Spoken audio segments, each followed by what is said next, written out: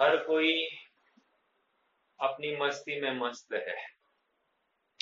मस्ती में मस्त है कहने का प्रयोजन इतना ही है, यदि अनुकूलता से युक्त हो तो उस अनुकूलता में ही अपने को आनंद रूप मानता है और वहीं पे संतुष्ट है। और यदि प्रतिकूलता से युक्त हो, जिसको लोक में प्रतिकूलता कहते हैं या स्वयं मानी हुई प्रतिकूलता, तो उस प्रतिकूलता से ही वो व्यस्त है। और उस प्रतिकूलता को कैसे दूर करूं, इसके लिए वो दिन रात उसी में लगा रहता है। निष्कर्ष, न अनुकूलता से युक्त जीव सुखी हो पा रहा है, न प्रतिकूलता से युक्त जीव सुखी हो पा रहा है। सब अपने में मस्त है। अपने में मस्त है मतलब प्राप्त पर्याय में तन्मय हो रहे हैं, अर्थात मैं कौन हूं इसकी खबर लेने की उनको अवसर या आवश्यकता ही भाषित नहीं होती। इसलिए एक बहुत अच्छी उक्ति चलती है, एक जगह पर कहा है कि necessity is the mother of invention. मतलब आवश्यकता आविष्कार की जननी आवश्यकता है। आवश्यकता आविष्कार की जननी होती है। तो आवश्यकता ही जिसको नहीं है वो प्रयास क्यों करेगा?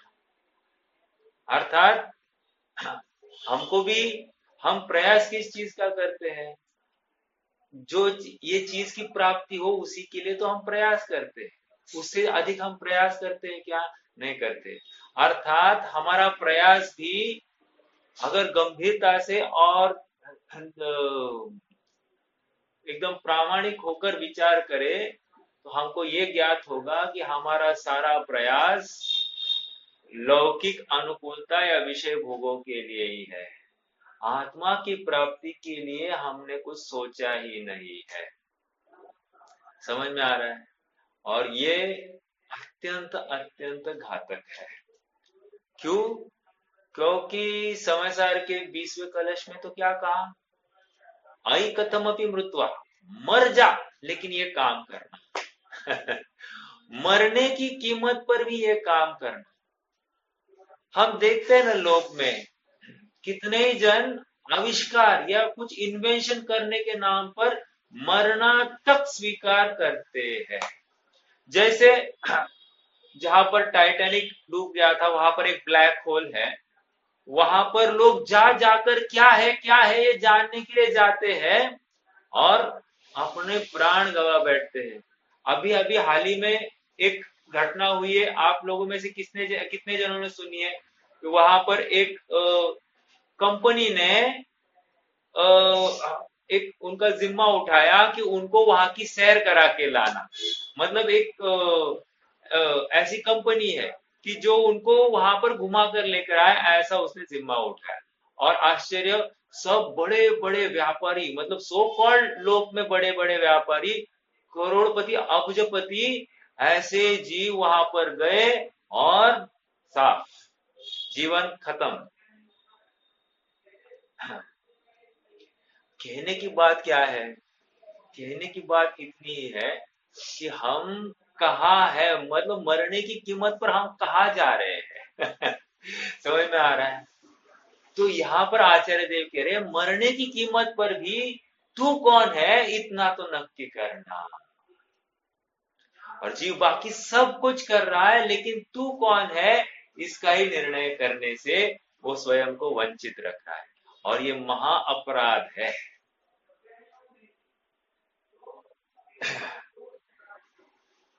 हमको भी देखिए ना, मतलब कदाचित कुछ लोग ऐसे हैं कि धर्म के नाम पर अन्य जगह ही भटक रहे हैं। कुछ धर्म के नाम पर क्रियाकांड में ही अटके हैं। कुछ धर्म धर्म वरम कुछ होता ही नहीं है, ऐसी विचारधारा वाले हैं।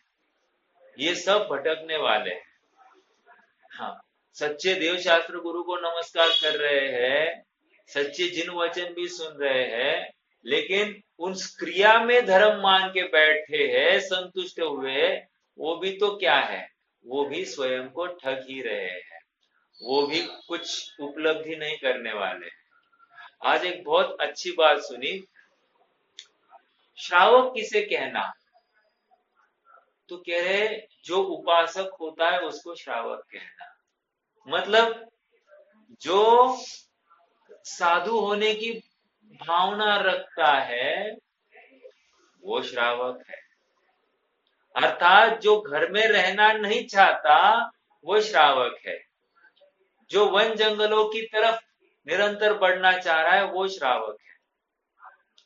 देखो ये ये ये भाषा भी हमको पुस्तकी लगने लग गई है, क्योंकि हमने एक टैग लगा दिया अपने माइंडसेट में, इम्पॉसिबल। ये संभव नहीं है आज के युग में, इसलिए ये नॉट पॉसिबल। अरे संभव असंभव की बात नहीं है, भावना की संभावना की बात चल रही है। अर्थात भावना भाने के लिए क्या विरोध है कि भाई घर में रहना अपराध है, इतनी सी भावना भानी थी। समझ में आ रहा है क्या? मान लो हमको किसी चीज की प्राप्ति करनी है, अब वो प्राप्ति नहीं हो रही है तो उसकी निरंतर भावना बनी रहती है कि नहीं ये मेरी भावना पूरी हो, ये मेरी भावना पूरी हो, रहती है कि नहीं रहती? उसी प्रकार मुझे मुनि अवस्था की प्राप्ति हो, ये भावना पूरी हो, ऐसा हम भावना क्यों नहीं कर सकते हैं? तो भावना से क्यों वंचित रखना स्वयं को? निष्कर्ष निष्कर्ष फिर से इतना ही है कि हमारा सारा उद्यम एक शुष्क ज्ञान जैसा है, उसमें ध्येय निष्ठा नहीं है। और जब तक ध्येय निष्ठा नहीं आती है हमारे विचारधारा में, हमारे चिंतन में, तब तक उत्कृष्ट से उत्कृष्ट तत्व ज्ञान की प्राप्ति हो जाए, अच्छे से अच्छे वक्ता के माध्यम से इस वचन को सुन ले, इसका काम होने वाला नहीं है। समझ में आ रहा है क्या? हमारा विशेष ज्ञेय तत्व प्रज्ञापन अधिकार का प्रकरण है, और इस प्रकरण में जो भेद चल रहा है, अर्थात जो जोड़ा है, वो अस्तिकाय और नास्तिकाय। अस्तिकाय कहकर जिनके बहुप्रदेशत्व है उन द्रव्यों का ग्रुप एक तरफ, और जिसका एक प्रदेशत्व है उस द्रव्यों को एक तरफ रखा जा रहा है, और उसके माध्यम से द्रव्यों का परिचय किया जा रहा है। और यहाँ पर नास्तिकाय कहो या अप्रदेशी कहो, काल द्रव्य अप्रदेशी है और बाकी सब सप्रदेशी है। गाथा की टीका में बात आने वाली है कि पुद्गल द्रव्य वैसे तो एक प्रदेशी ही है, लेकिन उसमें बहुप्रदेशत्व को प्राप्त करने की ताकत है, इसलिए उसको भी बहुप्रदेशी लिया गया है, माना गया है। देखिए अपन पढ़ते हैं गाथा 135 135 पर है अपन, और पृष्ठ क्रमांक 201। जीवा पोगल काया धम्मा धम्मा पुणोया गासम सपदे से हिम संखाण पदे सत्तिकालस है बहुप्रदेशी जीव पुद्गल गगन धर्मा धर्म सब है अप्रदेशी काल जिनवर देव के है ये वचन। अपन डायरेक्टली नीचे आते हैं, इनकी टीका से पढ़ना फिर से प्रारंभ करते हैं। हालांकि अपन ने कुछ अंश पढ़ा था, लेकिन पढ़ लेते हैं। अमृतचंद्र तत्व प्रतिपिका टीका में इस प्रकार इस गाथा के भाव को स्पष्ट करते हैं। जीव, पुद्गल, धर्म, अधर्म और आकाश ये द्रव्य अनेक प्रदेश वाले हैं।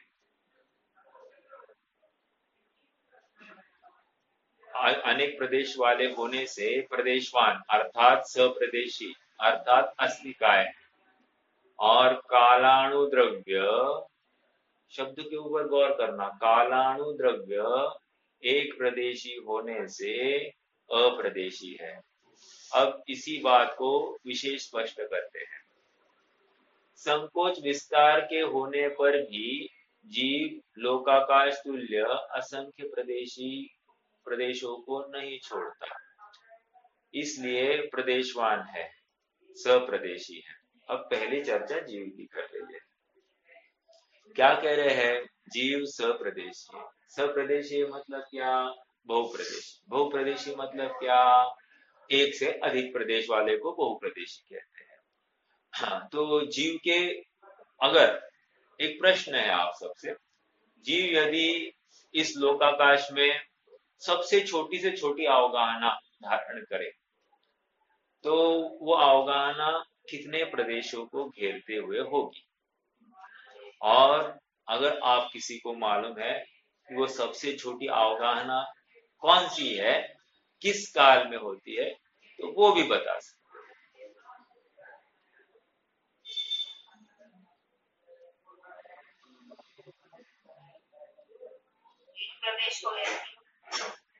हाँ, जीव, आपका कहना है कि जीव सबसे कम अवगाहना अगर धारण करे तो एक प्रदेश की अवगाहना धारण करे, ऐसा कहना है आपको?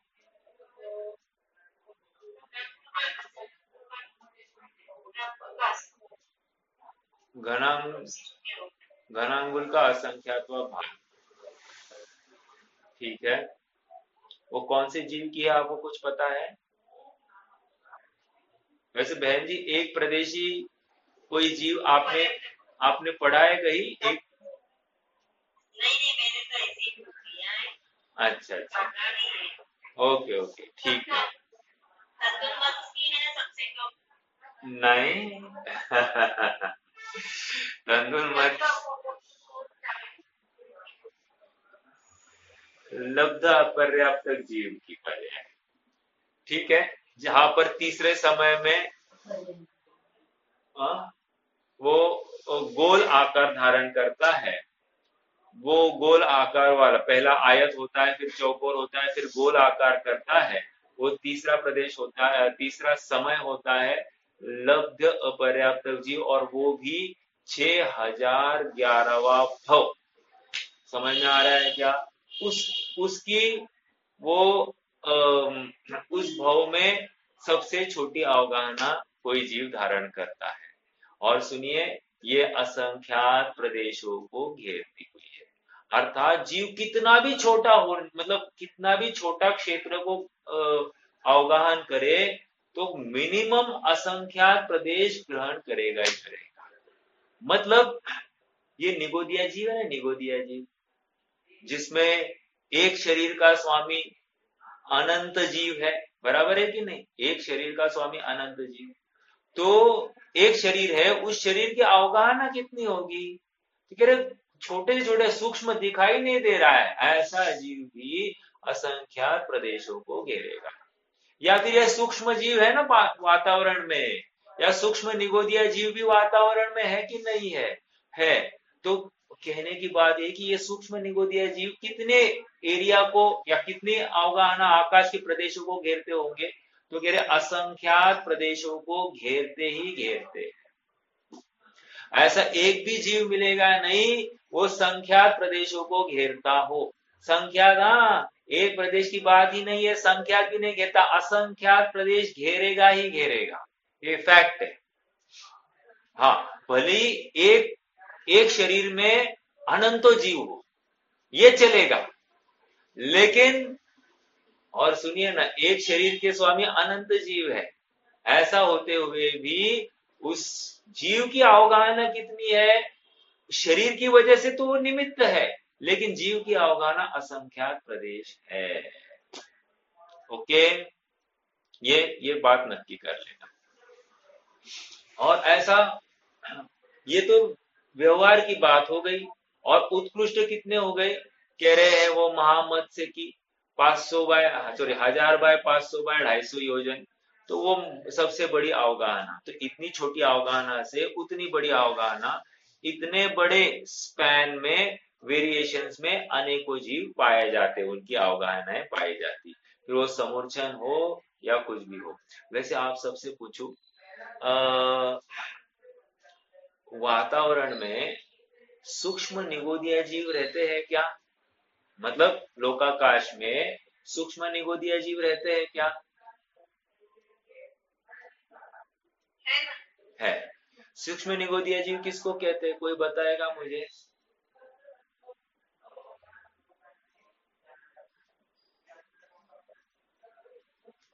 मतलब हाँ, वैसे निगोदिया जीव किसको कहते हैं ये पहले बताइए, फिर सूक्ष्म निगोदिया जीव कह सकते हैं आप।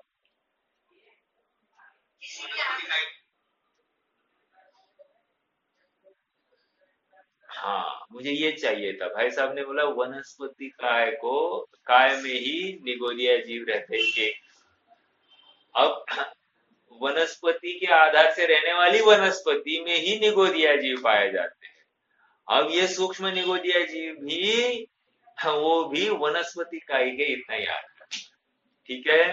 हाँ, हमको लगता है कि निगोदिया जीव मतलब निगोदिया जीव मतलब क्या, मात्र वनस्पति काय के ही भेद है। हाँ, निगोदिया जीव बाकी किसी में नहीं पाए जाते निगोदिया जीव। हाँ, मात्र वनस्पति में ही पाए जाएंगे, मतलब उसी वैरायटी में मिलेंगे, बाकी पृथ्वी जल अग्नि वायु इसमें नहीं मिलेंगे। चलिए, देखो, ये क्लैरिटी नहीं रहती कहीं कहीं, तो मैंने इसलिए जानबूझकर पूछा। ओके। आ, तो ये संकोच विस्तार के होने पर भी, संकोच विस्तार मतलब क्या, द्रव्य संग्रह में क्या बात आई, अनुगुरु देह प्रमाण, और छोटा बड़ा जो कुछ है देह प्रमाण है। व्यवहार आसो जीवो निश्चय नहीं दो असंख्य देशो, मतलब लोकाकाश प्रमाण असंख्यात, ऐसा समझ लेना। निश्चय की अपेक्षा जीव की अवगाहना कितनी, लोकाकाश प्रमाण असंख्यात। कैसे पता चला, केवली समुद्घात, केवली समुद्घात के काल में आठवें समय में, आठवें समय में, पहला दूसरा तीसरा, नहीं नहीं, चौथे समय में, सॉरी चौथे समय में चौथे समय में जो पूर्ण लोकाकाश को व्याप्त कर लिया है, तो वह उस समय में वो उसकी अवगाहना पूरे लोकाकाश प्रमाण मानी गई है। ठीक है। तो इस न्याय से जीव मैक्सिमम अवगाहना धारण करे तो इतनी बड़ी, वो भी कुछ समय के लिए समुद्घात के काल की बात है। ठीक है। तो संकोच विस्तार के होने पर मतलब क्या, विचार कीजिए थोड़ा सा। अभी चींटी का जीव है, मर के हाथी हो जाएगा, या हाथी का जीव है, मर के ये चींटी का जीव हो सकता है। अरे चींटी का क्या, सूक्ष्म निगोदिया भी हो सकता है कि नहीं हो सकता, मतलब एक झटके में वो अवगाहना कितनी छोटी बड़ी हो गई, आप विचार तो कीजिए। मतलब ऐसा हो सकता है, मतलब हाँ, ये काय की वजह से, संकोच विस्तार के होने पर। ओके। ऐसा होते हुए भी असंख्यात प्रदेशों को तो घेरता ही घेरता है। ठीक है। अब एक प्रश्न और, जीव तो असंख्यात प्रदेशों को घेरता ही घेरता है, पुद्गल स्कंद असंख्यात प्रदेशों को घेरेगा क्या, या सॉरी, एक प्रदेश में अनंत पुद्गल परमाणु या स्कंद पाए जाएगा क्या?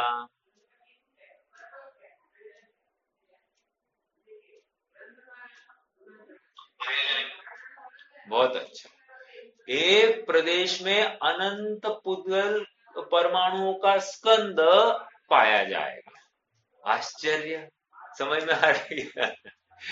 और यहाँ पर जीव कह रहे असंख्यात प्रदेश तो घेरेगा ही घेरेगा, लेकिन पुद्गल के लिए नो लिमिट। अरे अनंत परमाणुओं का स्कंद वो एक प्रदेश में रह सकता है। ठीक है।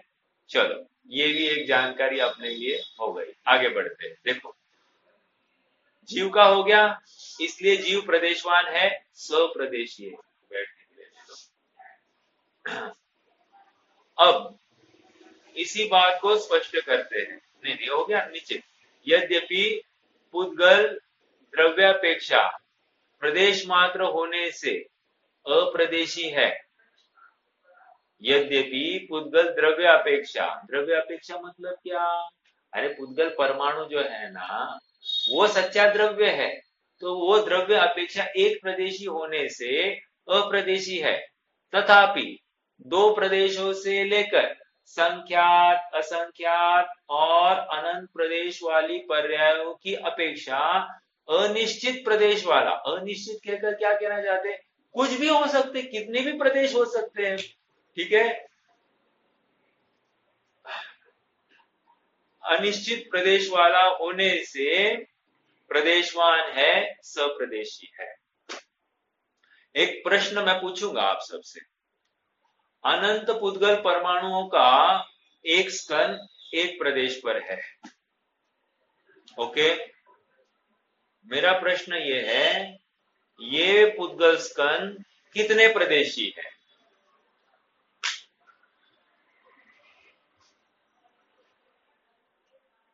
फिर से पूछू, अनंत पुद्गल परमाणुओं का के स्कंद वाला एक स्कंद एक प्रदेश पर विराजमान है। तो प्रश्न ये है कि ये एक प्रदेश को घेरता हुआ स्कंद कितने प्रदेशी है?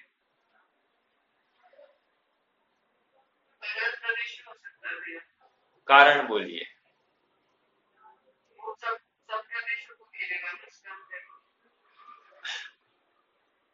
अरे मैं कह ही रहा हूं, अनंत प्रदेशी स्कंद एक प्रदेश में रह रहा है, तो ये कितने प्रदेशी, आंसर क्वेश्चन में ही आंसर है अनंत प्रदेशी ही है।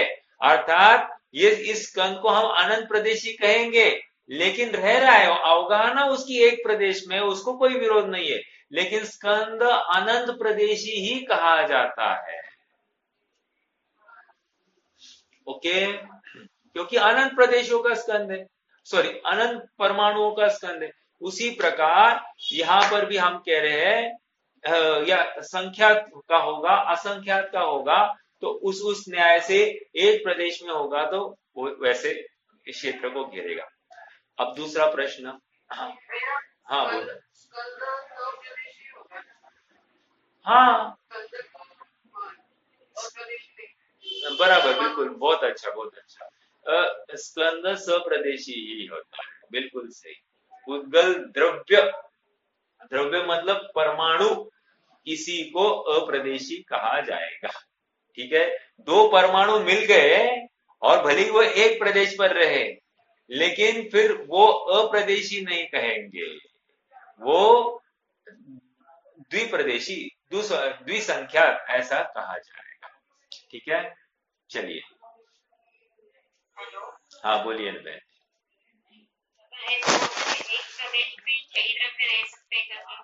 हाँ बोलते हैं ना, बिल्कुल सही है।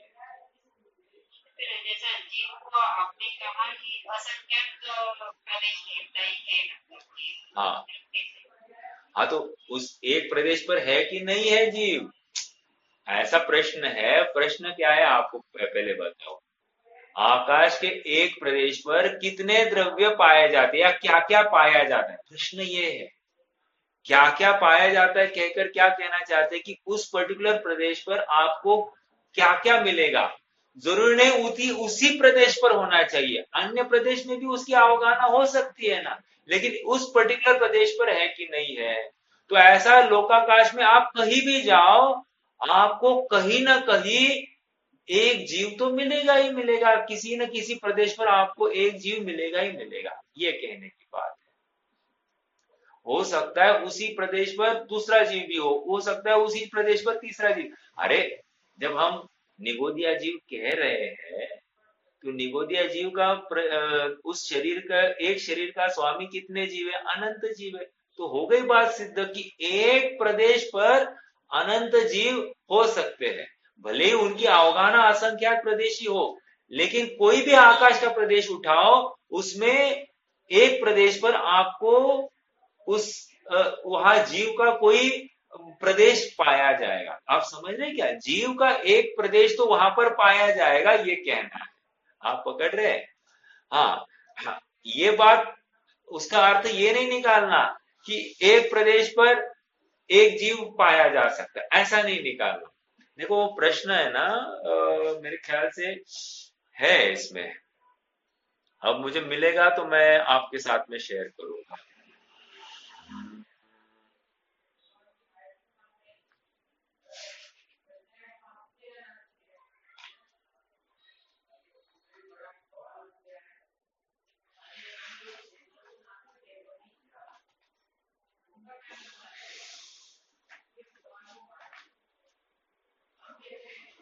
मैंने पढ़ा भी था अपना, द्रव्य संग्रह की कक्षा हुई थी ना, उस समय में मैंने ये प्रश्न लिया था। अब मुझे फिर से अब इसको ढूंढना पड़ेगा। चलिए, कोई बात नहीं, बट आंसर मैंने आपको दे दिया, ऐसा ही है। ओके, आप प्रश्न को उसका भाव पकड़िए। प्रश्न में ये पूछा जा रहा है कि आकाश के एक प्रदेश पर क्या क्या पाया जाता है। तो जरूरी नहीं कि एक प्रदेश ही होना चाहिए। अभी जैसे आकाश के एक प्रदेश पर धर्म द्रव्य है कि नहीं है, अधर्म द्रव्य है कि नहीं है, लेकिन वो धर्म द्रव्य अधर्म द्रव्य तो असंख्यात प्रदेशी है, तो हमने वहां पर कैसे कह दिया कि वो एक प्रदेशी, आप पकड़ रहे हैं। या फिर आकाश द्रव्य भी अनंत प्रदेशी है, वो भी फिर एक प्रदेश पर आकाश द्रव्य मानेंगे कि नहीं मानेंगे। तो जब उस न्याय से वहां पर हमको वे दोनों तीनों स्वीकार है, तो फिर जीव भी असंख्यात प्रदेश वाला एक प्रदेश पर रह सकता है, मतलब उसके प्रदेश वहां पर पाया जा सकता है, ये भी स्वीकार हो जाना चाहिए। ओके, समझ में आ रहा है ना? ठीक है, चलिए आगे बढ़ेंगे। Okay okay. हाँ बोलिए। हाँ हाँ। नहीं, एक एक हाँ,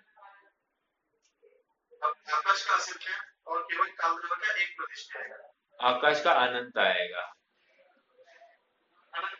हाँ, आकाश आनंद प्रदेश और काल द्रव्य अप्रदेश, एक प्रदेश। वैसे पुद्गल का भी आपको वहां पर अप्रदेशी लिखना पड़ेगा, परमाणु अपेक्षा, ब्रैकेट में परमाणु अपेक्षा।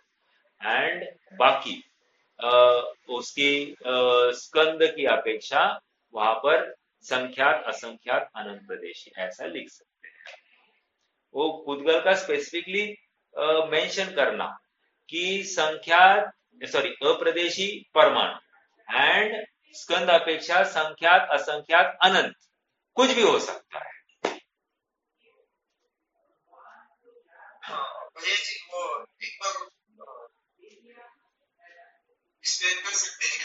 क्या?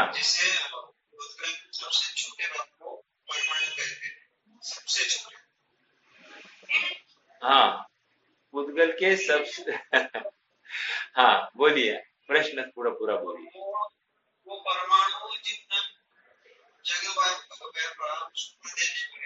हाँ हाँ।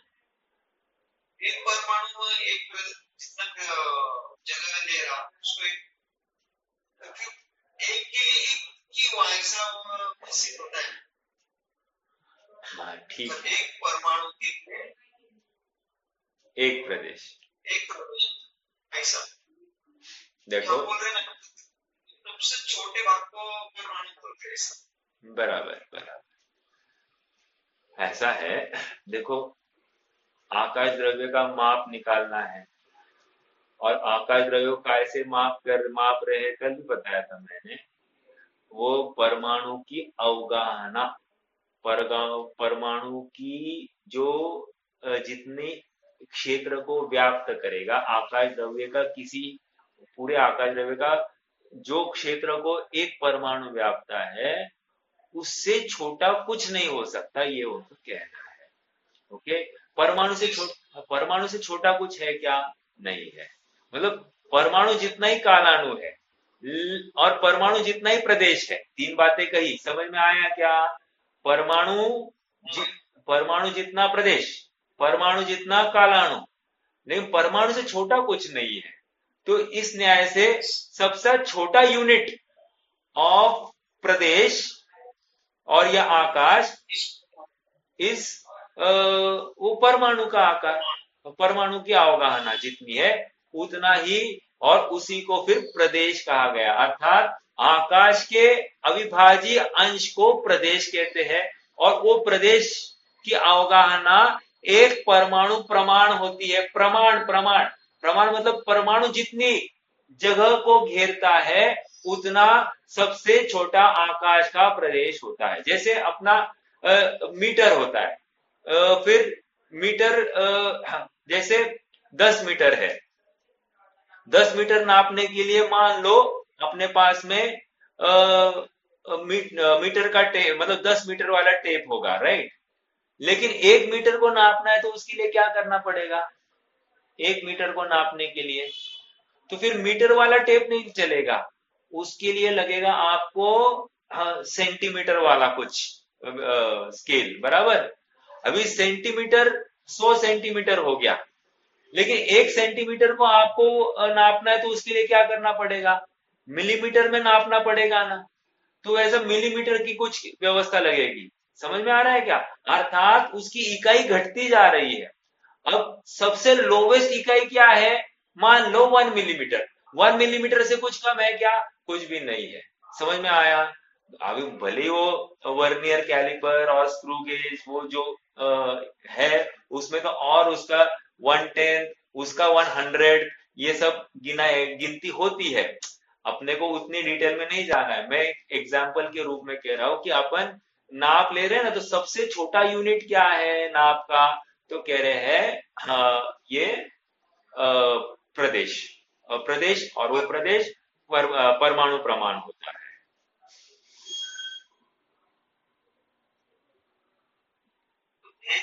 एक प्रदेश पे अनंत परमाणु कैसे? अवगाहन शक्ति की वजह से। क्या जबरदस्त है ना, मतलब हमारी इमेजिनेशन से परे है, लेकिन है ना ऐसी बात। मतलब हम कल्पना ही कर सकते हैं। अब ज्ञान में क्या है भाई, इमेजिन करो एक प्रदेश कोई ऐसा होगा, उस एक प्रदेश पर अनंत परमाणु होंगे। हाँ, अनंत परमाणु का स्कंद हो सकता है, एक प्रदेश पर रहता है। और देखो इसका मतलब क्या है, परमाणु परमाणु आपस में एक दूसरे को अवगाहना देते हैं, वे आपस में अपने को अवगाहना देते हैं, और आकाश समस्त द्रव्यों को अवगाहना देता है। इसलिए आकाश का विशेष गुण अवगाहनत्व बताया।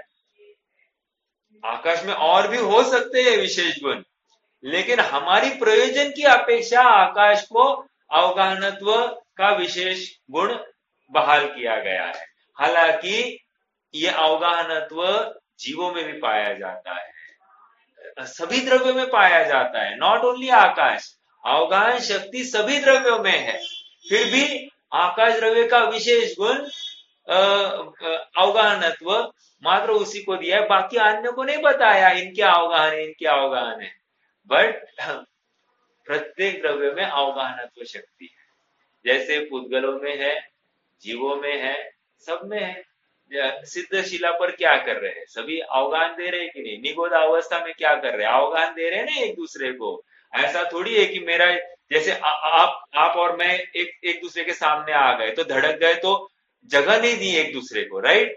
लेकिन हाँ, निगोदिया जीव में ऐसा नहीं है, सभी जीव एक दूसरे को अवगाहनत्व दे रहे हैं।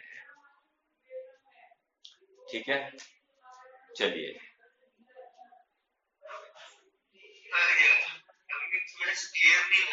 नहीं हुआ? हाँ बोलिए।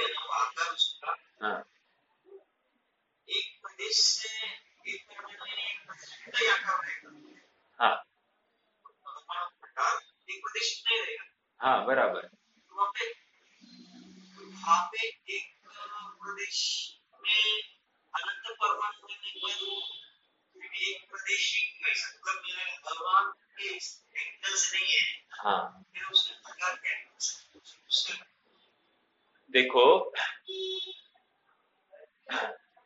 कपास है, कपास, कपास इतना बड़ा 1 किलो है, राइट। और सोना है या लोहा है 1 किलो इतना सा है, तो आपको लगता नहीं क्या कि ये 1 किलो की अवगाहना है या 1 किलो की अवगाहना है, कौन सी अवगाहना होनी चाहिए? 1 किलो की अवगाहना कौन सी होनी चाहिए? आपको क्या लगता है?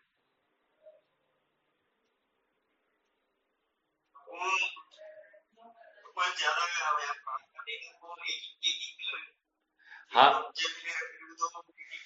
मतलब depends on that particular materials properties, right? कि वो इतनी जगह व्याप्त करे या इतनी जगह व्याप्त करे, हमारा प्रयोजन 1 किलो से है। उसी प्रकार ये अनंत परमाणु का स्कंद एक प्रदेश व्याप्त करे तो हमको क्या तकलीफ है? जब वहां पर हमको तकलीफ नहीं है, कहां पर?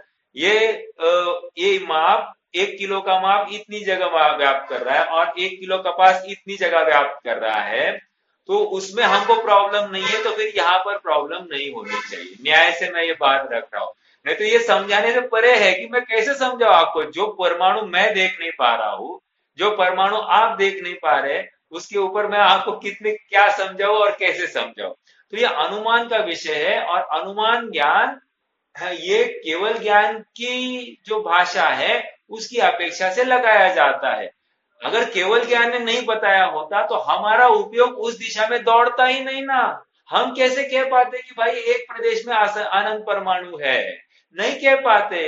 हमको केवल ज्ञान की स्वीकृति है, इसीलिए तो हम ये कर रहे हैं, इतना बड़ा क्लेम कर रहे हैं। हमको कहाँ दिख रहा है? ना आपको दिख रहा है, ना आचार्य देव को दिख रहा है।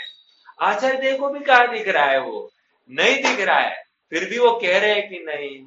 जब ये सबको स्वीकार है, तो ये क्यों स्वीकार है? केवल ज्ञान की स्वीकृति है इसलिए। और केवल ज्ञान सच्ची बात ही बताता है, खोटी बात नहीं बताता है। हमारे ज्ञान में वो दिख नहीं रहा है, ये अलग बात। आश्चर्य की बात देखो ना, केवल ज्ञान को इंद्रिया की जरूरत नहीं है और केवल ज्ञान को सब कुछ दिखाई दे रहा है।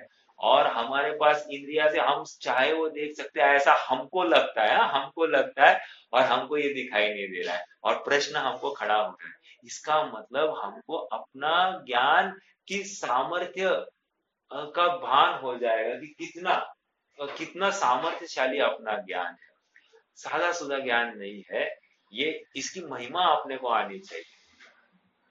हाँ, यही तो बात आज स्टार्टिंग में करी थी। स्टार्टिंग ही आज अपन ने इस प्रकार से की, आवश्यकता आविष्कार की जननी है। जब तक हमको ये छटपटाहट नहीं होती ना, ऐसा कैसे ऐसा कैसे, तब तक हम उसके लिए प्रयास नहीं करेंगे। और हम कह रहे हैं ना, ये केवल ज्ञान में ये दिख रहा है, तो अब केवल ज्ञान की आवश्यकता आपको केवल ज्ञान का प्रयास करने के लिए प्रेरित करेगी। उसके बिना प्रेरणा कहाँ से मिलेगी? आप पकड़ रहे मेरी बात को? हाँ, मुद्दा इतना ही है कि हाँ, ये प्रदेश ना आप देख रहे हैं ना मैं देख रहा हूं, ये सारे अपने अनुमान के विषय है कि ऐसी अवगाहन शक्ति पाई जाती है। और अवगाहना के लिए तो उदाहरण दिया है, जैसे एक ग्लास में पानी लीजिए, उस पानी में राग डालिए। अभी राग डाल के भी वो पानी भी है, पानी ओवरफ्लो नहीं हुआ और राग पूरी भर गई। अब राग डालने के बाद में उसमें आलपिन डालिए, आलपिन भी सब घुस गई, तो राग भी बाहर गिरी नहीं, पानी भी बाहर गिरा नहीं, और आलपिन भी सब उसमें घुस गए। तो कहने की बात, ये अवगाहनत्व दिखा रहा है कि नहीं? स्पष्ट है, अपने ये स्थूल पदार्थों में भी अवगाहनत्व दिखाई दे रहा है। जैसे दूध में हमने शक्कर डाली, आधा किलो दूध होगा, आधा लीटर दूध, उसमें हमने शक्कर डाली। दूध का वॉल्यूम उतना ही है या कम है या ज्यादा है? समझ में आ रहा है क्या? वॉल्यूम, वॉल्यूम, अवगाहना। मान लो एक एक पतीला भरकर हमने दूध लिया पूरा भर के, और उसमें हमने आधा किलो शक्कर डाली। शक्कर डालने के बाद में दूध ओवरफ्लो नहीं हुआ, आश्चर्य, और शक्कर तो उसमें मिल गई है। तो यह अवगाहना तो हुआ कि नहीं हुआ? जगह दी कि नहीं दी? तो ऐसी जगह हो सकती है, दे सकते हैं, एक दूसरे में आपस में पुद्गल परमाणु ऐसी जगह देते हैं आप एक दूसरे को। तो ये स्वीकार करना चाहिए। ठीक है, हाँ बोलिए। हाँ,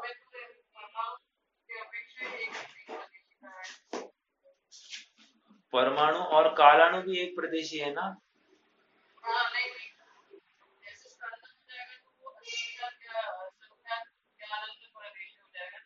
बराबर, संख्यात असंख्यात अनंत प्रदेशी कुछ भी हो सकता है।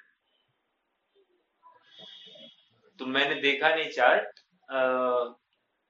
लेकिन ऐसा ही है, मैंने इतना ही कहा था कि परमाणु अपेक्षा एक प्रदेशी और स्कंद अपेक्षा वो मतलब बहुप्रदेशी, मतलब दो तीन चार, तो वो अनेक प्रदेशी हो जाएगा। फिर स्कंद मतलब अनेक प्रदेश, इतना ही लेना। फिर दो प्रदेश भी, दो परमाणु का स्कंद क्यों ना हो, वो बहुप्रदेशी में लिया जाएगा। हाँ, वो एक प्रदेशी नहीं लिया जाएगा। वहां पर याद रखना, एक प्रदेश में अनंत परमाणु का स्कंद भले ही रहता हो, लेकिन उस स्कंद को अनंत प्रदेशी स्कंद कहते हैं। मतलब वो स्कंद कितना है, अनंत प्रदेशी है, ऐसा कहें। हाँ, ये बोलने की भाषा ऐसी ही है। ठीक है, चलिए आगे बढ़ेंगे। हाँ, यद्यपि, ये पुद्गल की पढ़ते हैं आपने फिर से। यद्यपि पुद्गल द्रव्य अपेक्षा प्रदेश मात्र एक प्रदेशी होने से अप्रदेशी है, तथापि दो प्रदेशों से लेकर संख्यात असंख्यात और अनंत प्रदेशों वाली पर्यायों की अपेक्षा अनिश्चित प्रदेश वाला होने से प्रदेशवान अर्थात सप्रदेशी है। अब देखो यहां पर भी उन्होंने ना, हाँ, स्कंद की अपेक्षा कितने परमाणु मिलकर वो स्कंद बना है उसकी अपेक्षा यहाँ प्रदेश की चर्चा की है। यहाँ प्रदेश की चर्चा कितनी अवगाहना धारण की, इसकी अपेक्षा नहीं की है। आप थोड़ा सा इस भाषा को गौर करना, ठीक है, नहीं तो कंफ्यूजन हो सकता है। आगे, हाँ, पेज नंबर 202, 202, 202। सकल लोकव्यापी असंख्यात प्रदेशों के विस्तार रूप होने से धर्म द्रव्य प्रदेशवान है, अर्थात सप्रदेशी है। कोई डाउट, कोई प्रॉब्लम नहीं साहब, धर्म द्रव्य अपने को कोई प्रॉब्लम नहीं। इसी प्रकार सकल लोकव्यापी असंख्यात प्रदेशों से विस्तार रूप होने से अधर्म द्रव्य भी प्रदेशवान अर्थात सप्रदेशी है, और सर्वव्यापी अनंत प्रदेशों के विस्तार होने से आकाश द्रव्य भी प्रदेशवान है। कालाणु द्रव्य तो प्रदेश मात्र होने से और पर्यायों का परस्पर संपर्क न होने से अप्रदेशी है। दो तर्क दिए हैं, थोड़ा सा गंभीरता से पढ़ेंगे अपन इसको। कालाणु द्रव्य तो प्रदेश मात्र होने से और पर्यायों का परस्पर संपर्क न होने से अप्रदेशी ही है। कोई मुझे ये समझा सकता है इसका अप्रदेशी को समझाने का प्रयोजन क्या था? दो पर्याय क्या है, दो पर्याय आपस में मिलती ही नहीं है। दो पर्यायों का परस्पर संपर्क न होने से, परस्पर संपर्क न होने से मतलब आपस में मिलती ही नहीं है वे। हाँ, तो इसका अर्थ कौन बने? अप्रदेशी मतलब एक प्रदेशी, बिल्कुल सही है। नहीं, इसका बहुप्रदेशी पना क्यों क्यों नहीं है, ये कारण दिया है।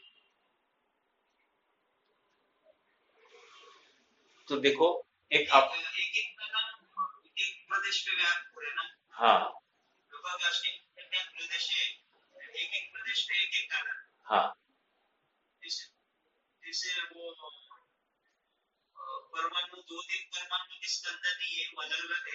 हाँ, इसलिए वो ऐसा बराबर है। नहीं, यहाँ तर्क जो दिया है ना भैया, थोड़ा सा ध्यान दीजिए। तर्क ये दिया है पर्यायों का परस्पर संपर्क न होने से। मान लो एक कालाणु है, उसकी आगे पीछे की पर्याय है कि नहीं है, तो कह रहे इसकी क्योंकि काल की बात चल रही ना, काल प्रवाह के रूप में पाया जाएगा, काल विस्तार के रूप में नहीं पाया जाएगा। तो जब कालाणु की बात चल रही है तो उसका प्रवाह देखा जाएगा, एक के बाद एक वो क्रम देखा जाएगा।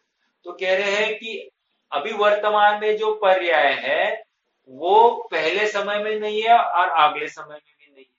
तो अगले समय में नहीं है और पहले समय में नहीं है, इसका मतलब क्या, वो एक प्रदेशी ही है। इतनी सी बात उनको सिद्ध करनी है।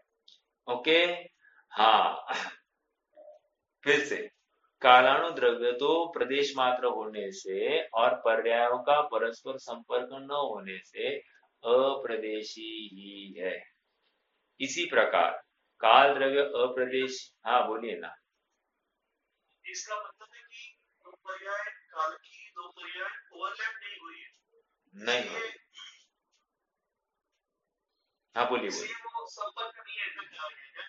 हाँ बस, संपर्क नहीं है इसलिए एक एक प्रदेशी है ये कहा जा रहा है।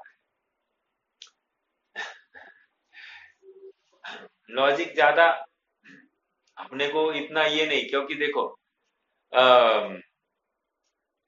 फर्क क्या पड़ता है अप्रदेशी का, ये तर्क आप प्रवाह की अपेक्षा क्यों लगा रहे हो। वैसे स्कंद है या परमाणु है, परमाणु, एक मैं थोड़ा सा अपनी तरफ से एग्जांपल देता हूं फिर आप थोड़ा सा विचार करना। एक बिंदु निकालिए, बिंदु, तो पॉइंट किसको कहते हैं, ज्योमेट्री में पॉइंट किसको कहते हैं।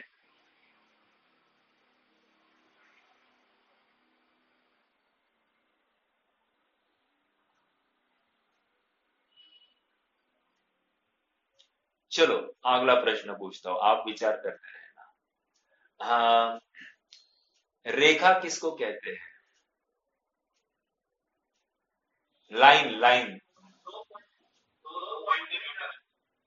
दो पॉइंट, हाँ मतलब दो पॉइंट का प्रवाह, मतलब अनेक पॉइंट्स का प्रवाह, मैं इस प्रकार लू क्या, दो पॉइंट की अपेक्षा अनेक पॉइंट का प्रवाह जब जोड़ा जाएगा तो वो रेखा बनेगा। अब अगला प्रश्न, फिर से पहले प्रश्न की तरफ आ जाइए, बिंदु किसको कहते हैं।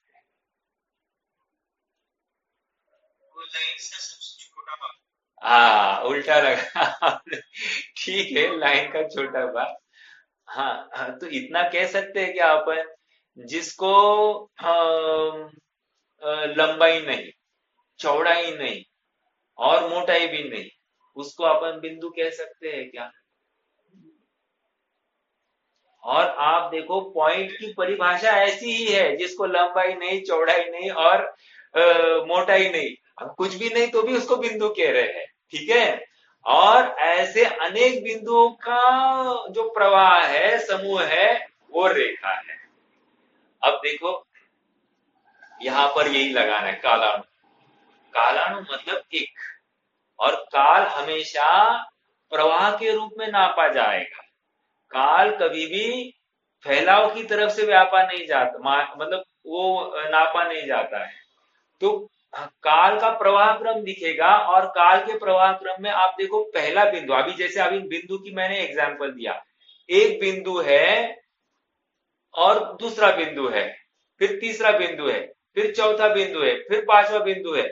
तो पहला बिंदु दूसरे बिंदु को छू नहीं रहा है, दूसरा बिंदु पहले बिंदु को छू नहीं रहा है, इसका मतलब वो प्रवाह के रूप में है, और इसलिए वो अप्रदेशी होना ही स्वीकार्य है। जैसे हमको बिंदु का कोई लेंथ ब्रेड्थ विड्थ नहीं, मतलब नहीं है, ये स्वीकार हो रहा है, उसी प्रकार कालाणु की भी हाँ प्रदेशीपना नहीं है, ये भी हमको स्वीकार होना चाहिए। मैंने उदाहरण दिया, उदाहरण से तर्क दिया और तर्क से सिद्धांत घटित करके दिखाया।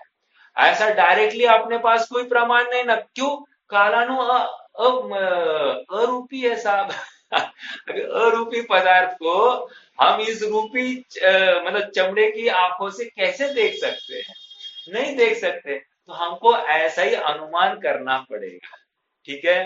तो कालाणु अप्रदेशी है, ये बात सिद्ध हो जाती है एक।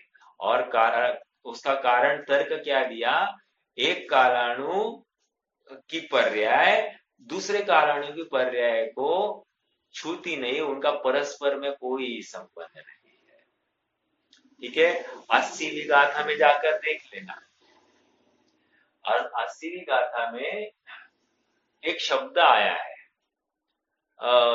दो पर्याय परस्पर क्या है, आपस में असंबद्ध, ऐसा शब्द आया है। अर्थात हाँ, दो पर्याय आपस में मिलती नहीं है। ठीक है, यही बात यहाँ पर कह रहे हैं। ओके, 80वीं गाथा की टीका आप पढ़ लेना, उसमें हाँ, आपको ये शब्द मिलना चाहिए। ठीक है, भैया मैंने एक पर्याय कहा, जब व्यय होगा उसके बाद दूसरी पर्याय उत्पन्न होगी, तो वो दोनों असंबद्ध है, ऐसा ही होगा। बिल्कुल सही, बिल्कुल सही। मतलब दोनों का आपस में, मतलब जिस समय में वर्तमान पर्याय है उस समय में आगे पीछे वाली कोई पर्याय नहीं होगी, इतनी सी बात है। एक समय में एक ही पर्याय आएगी। एक एग्जाम्पल अपन लेना, मान लो मेरी 30 साल की पर्याय और 40 साल की पर्याय दोनों एक समय में आ सकती है क्या, विचार करना। मतलब मैंने थोड़ा सा स्थूल स्थूल रूप से एक उदाहरण के लिए 3 साल की और 4 साल की, या 30 साल की और 40 साल की पर्याय एक साथ आएगी तो क्या तकलीफ होगी। अरे कौन सा काम होगा, 40 साल वाला काम होगा या 30 साल वाला काम होगा, वो अपने आप में एक डिलेमा हो गया। तो ये एक समय में एक ही पर्याय एकदम सही है और वो एक दूसरे में मिलती नहीं है, ये भी सही है। ठीक है,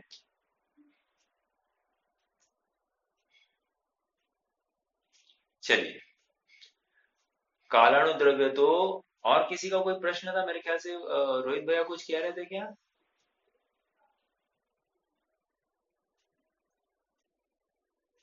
नहीं। एक पूछना था भैया जी, हाँ जैसे ये परिणाम हो गया है ना, हाँ हाँ हाँ जैसे काला ये नहीं है, अरूपी है, हाँ लेकिन ये जो दिख रहा है हाँ हाँ अंधेरा, हाँ हाँ हाँ एक्चुअली वो मतलब वो भी परिणाम नहीं है ना, ऐसा हाँ।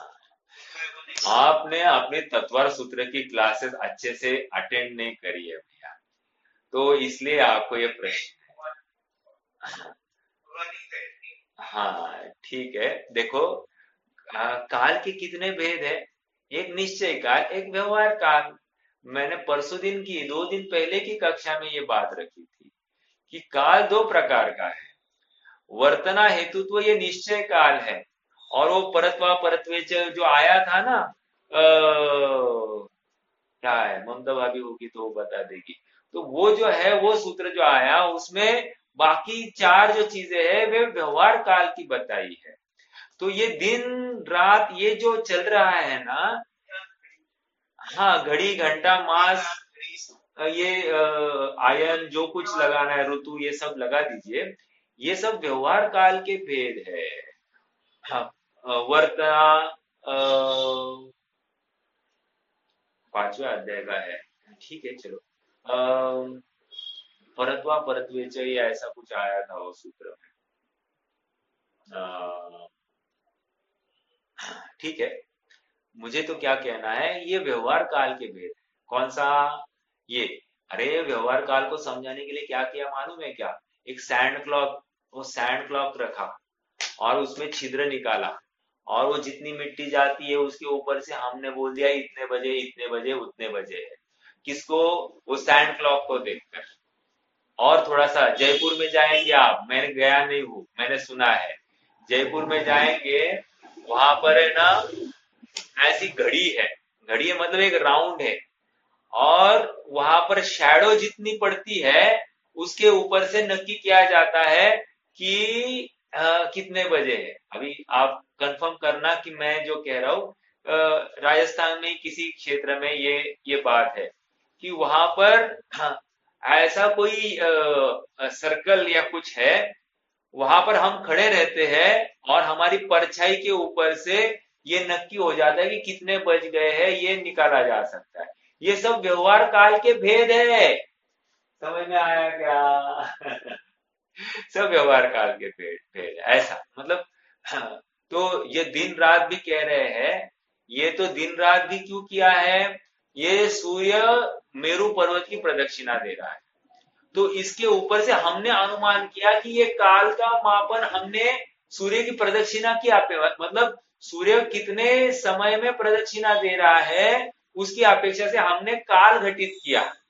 हालांकि सूर्य अपनी अपनी गति से वो प्रदक्षिणा दे रहा है और काल द्रव्य का परिणमन अपनी अपनी योग्यता से हो रहा है, लेकिन हमने दोनों को मैप करने की कोशिश की है कि कितने समय में। वैसे हम यहां से औरंगाबाद जाना है, तो औरंगाबाद जाना है तो हम क्या करेंगे, हम क्षेत्र को काल की अपेक्षा ही नापने की कोशिश करेंगे कि नहीं, कि 5 घंटे में हम वहां पहुंचने वाले हैं या 6 घंटे में पहुंचेंगे और 4 घंटे में पहुंचेंगे। तो ये जो नाप हुआ, ये क्षेत्र को हमने काल में नापा कि नहीं नापा, ऐसे ही है। ठीक है, चलिए, क्या प्रश्न था आपका वैसे? मैं प्रश्न तो भूल गया और उत्तर तो देते जा रहा हूँ।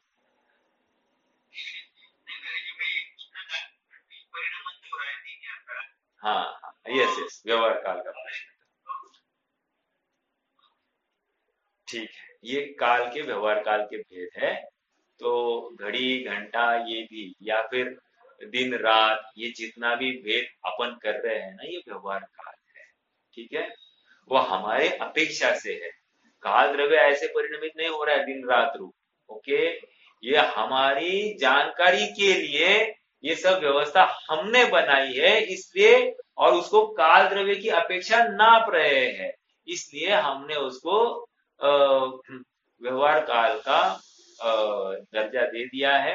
लेकिन काल द्रव्य तो निश्चय काल, उसका उसका वर्तना हेतुत्व, उसका परिणमन उसमें अपने में हो रहा है। देखो, और एक प्रश्न, एक तर्क दूं क्या आप? देखो, मान लो, वैसे ये चर्चा हुई थी कि ये पेन यहां पर है इस समय में, ये पेन एक 5 समय बाद यहां पर आया। ठीक है, तो ये जो क्षेत्र को इसने लांघा है, प्रत्येक प्रदेश पर एक कालानु है कि नहीं है? है। तो प्रत्येक कालानु पर ये पेन के प्रदेश कब आने वाले हैं, ये निश्चित है कि नहीं है? आप समझ रहे हैं मेरी बात को, मैं क्या कहना चाह रहा हूं? मतलब किस समय में कौन से कालानु पर ये पेन रहेगा, ये भी अनादिकाल से निश्चित है। और अनंत काल तक आप देखा जाएगा तो इस काल में ये परमाणु इस कालाणु पर इस गति से गमन कर रहे थे, ऐसा आएगा। आप समझ रहे? अर्थात हम काल द्रव्य, हम तो अपने जीव द्रव्य की सब नक्की करते कि नहीं पर्याय, तो जीव द्रव्य के वजह से आप पुद्गल द्रव्य की भी कर लेना, आप कालाणु के ऊपर भी कर लेना, और आप सुनो धर्म द्रव्य पर भी कर लेना, अधर्म द्रव्य पर भी कर लेना, और आकाश द्रव्य पर भी कर लेना। काल की अपेक्षा आपका मतलब धर्म द्रव्य पर कौन से काल में कौन से द्रव्य के गमन में वो निमित्त बनेगा, अधर्म द्रव्य कौन से काल में कौन से प्रदेश में वो अधर्म द्रव्य निमित्त बनेगा जीव और पुद्गल के लिए, ये सब लगाना। और सब निश्चित है कौन से काल में कहा गमन होना है, और वो भी सब निश्चित है, कौन से प्रदेशों में गमन होना है वो भी निश्चित है। ये सब अपन लगा सकते हैं। तो इससे क्या होता है, इससे इतनी बात हो रही है सिद्ध कि सब सुनिश्चित क्रम से चल रहा है, अनिश्चितता से कुछ भी नहीं चलता है, एकदम व्यवस्थित होने वाली घटनाएं हैं। हमको हमारी इच्छा के अनुसार हो रही है नहीं हो रही है अलग बात, लेकिन वस्तु स्वरूप में अगर झांककर देखा जाए, वस्तु स्वरूप के समीप जाकर देखा जाए, तो ये सुनिश्चित क्रम से होने वाला कार्यक्रम है और कुछ नहीं है। ठीक है, इतनी जानकारी होने पर जो सच्चा सुखार्थी है ना, उसको होकर निराश जग भर से, उसको अब जग भर में उसको अब कुछ करने योग्य भाषित ही नहीं होता है, और निवृत्ति आ जाती है। जो कर्तृत्व का बोझा इसके माथे पर था वो कम हुए बिना रहता नहीं है। और यही मूल प्रयोजन है इस क्रमबद्धता का स्वीकार करने में। ठीक है, क्रमबद्धता इसका मतलब सारा पुरुषार्थ या तत्व निर्णय करना भी छोड़ देना, ये बात नहीं है। क्रमबद्धता की स्वीकृति मतलब निर्भरता। ओके, पुरुषार्थ तो होगा और हर जीव अपनी शक्ति प्रमाण प्रयास तो कर ही रहा है, लेकिन जैसा प्रयास होने पर उसको वो अनुभूति होती है, प्रतीति होती है, उस प्रयास को यथार्थ प्रयास कहा जाता है। मान लो टीम इंडिया ने बहुत प्रयास किया और वर्ल्ड कप नहीं जीता, तो उस प्रयास को प्रयास नहीं कहेंगे हम। समझ में आ रहा है क्या? एक रन से भी जीत लिया, लेकिन वो जीत लिया है। ओके, और एक रन से हार गए मतलब वो हार ही गए। इसमें अब कोई हार जीत इसी प्रकार होगी। उसी प्रकार हमारा पुरुषार्थ मान लो 1 डिग्री से कम भी हुआ तो पुरुषार्थ नहीं हुआ, ऐसा ही कहा जाएगा। ओके, हाँ, तो निर्णय 100% करने का ही यहाँ पर प्रावधान है, अन्य कुछ नहीं, कम भी नहीं चाहिए। ओके, ठीक है, कोई प्रश्न होगा तो रख सकते हैं, नहीं तो जिम्मेदारी